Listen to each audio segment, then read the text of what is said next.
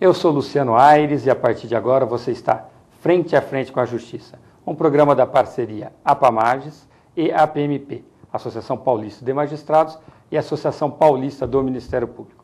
E é com imensa satisfação que nós recebemos hoje um juiz de direito do Estado de São Paulo, especialista quanto ao assunto saúde da população. Dr. Mauri, muito bem-vindo. Obrigado. Dr. Mauri escreveu um livro importantíssimo, uma verdadeira referência, que é Lei dos Planos de Seguro de Saúde, comentado artigo por artigo, doutrina e jurisprudência, e já está na segunda edição, né, doutor? É verdade. Isso foi um trabalho feito em colaboração com outro colega juiz, o Dr. Mauro Conte Machado, e custou para a gente uns bons fins de semana de convivência para escrever isto. E neste livro nós transmitimos a nossa experiência como juízes, tratando numa época de crise do relacionamento dos usuários de planos e seguros de saúde com as operadoras e seguradoras. Foi um trabalho bastante demorado, porque ao mesmo tempo que a gente escrevia, o governo federal editava medidas provisórias, modificando o texto da lei, de tal forma que a gente nunca tinha certeza de que aquela era a lei vigente. Mas, enfim, saiu o livro, a duras penas, e já está até na segunda edição, que mostra uma boa aceitação. Doutor, a saúde é um dos direitos constitucionalmente assegurados de todo cidadão. Como é que o judiciário pode auxiliar as pessoas a terem acesso a hospitais, médicos e medicamentos? Luciano, a obrigação de prover a saúde é do Estado. Isso está escrito na Constituição em 3 longos artigos, onde está bem clara a obrigação do Estado de prover assistência à saúde, no sentido sempre de prevenção da doença, fundamentalmente, e depois de tratamento das doenças que não puderam ser tratadas previamente. A população brasileira tem sido infelicitada por seguidas administrações federais que têm desviado os recursos da saúde para outras finalidades menos urgentes, de modo que falta a esse sistema único de saúde, o conhecido SUS, faltam recursos financeiros fundamentalmente. E os recursos financeiros que existem nem sempre são bem aplicados, e especificamente nos hospitais e nas clínicas de atendimento da população.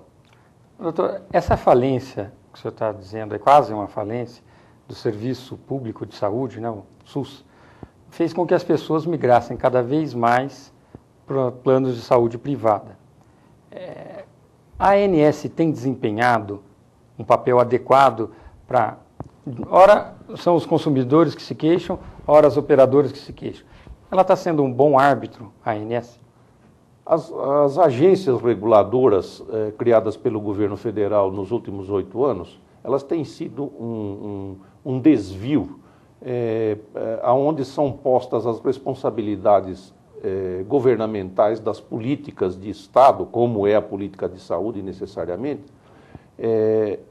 criando ali uma espécie de limbo, onde não se sabe bem quem é o responsável. O diretor da Agência Nacional de Saúde é um técnico, é uma pessoa que não conhece todos os problemas da saúde, da política de saúde.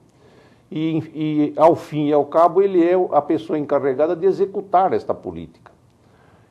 Teoricamente, ele deveria estar subordinado ao Ministério da Saúde, mas ele não fica rigorosamente subordinado, porque as agências reguladoras, a Agência Nacional de Saúde entre elas, tem uma certa autonomia em relação ao poder político, aos ministérios aos quais elas deveriam ficar vinculadas.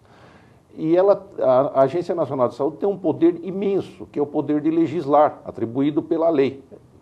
Quando ela regulamenta, ela baixa resoluções, ela está efetivamente legislando.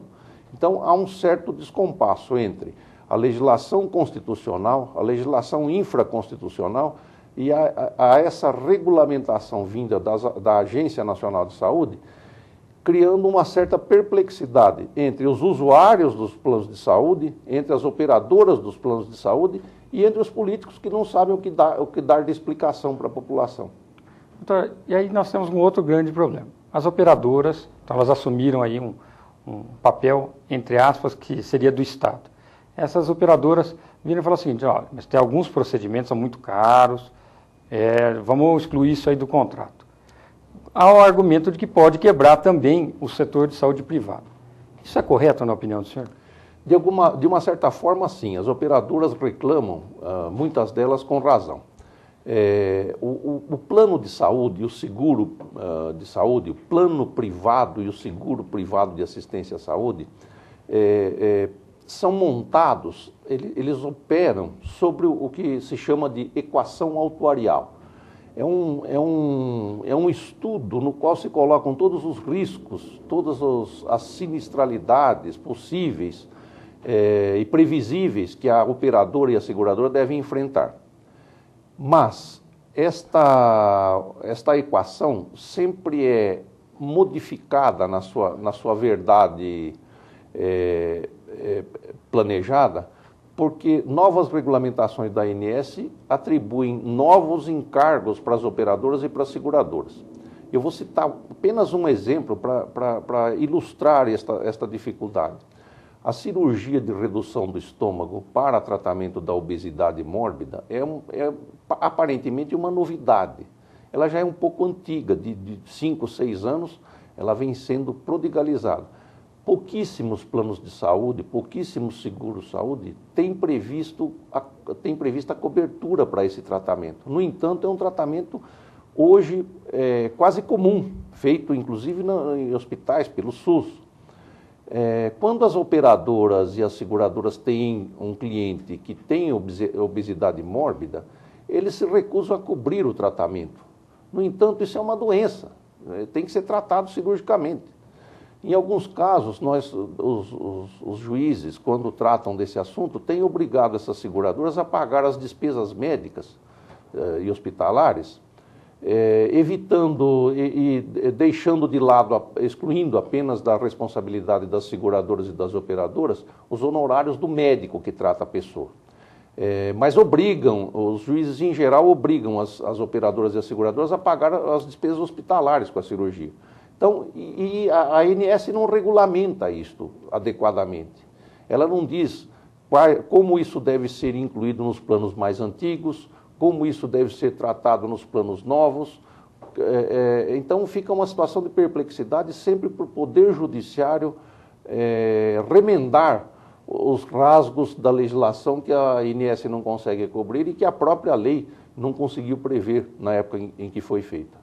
E as operadoras tentam, em alguns casos, empurrar essa despesa para o Estado. Falar, olha, esse tratamento é muito caro, quem tem que pagar é o SUS. A gente tem notícia aí do Hospital das Clínicas reclamando, várias instituições de porte. Você acha que isso é correto? É para esse o caminho mesmo? Veja, eu acredito que o poder público deve prover certos tratamentos que não devem ser acolhidos mesmo pelas operadoras, porque elas são empresas, elas devem dar lucro. Né? O governo, quando autorizou a mercantilização dessa parte da assistência médica, ele partiu do pressuposto de que as operadoras e as seguradoras deveriam ter lucro, senão elas quebram mesmo, elas fecham. Né?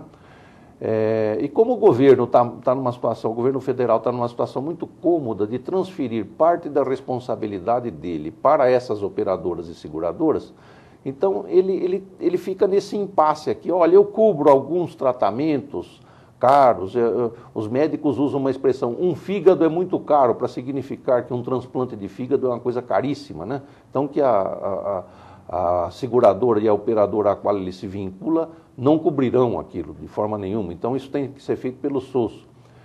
Outras dizem, o coração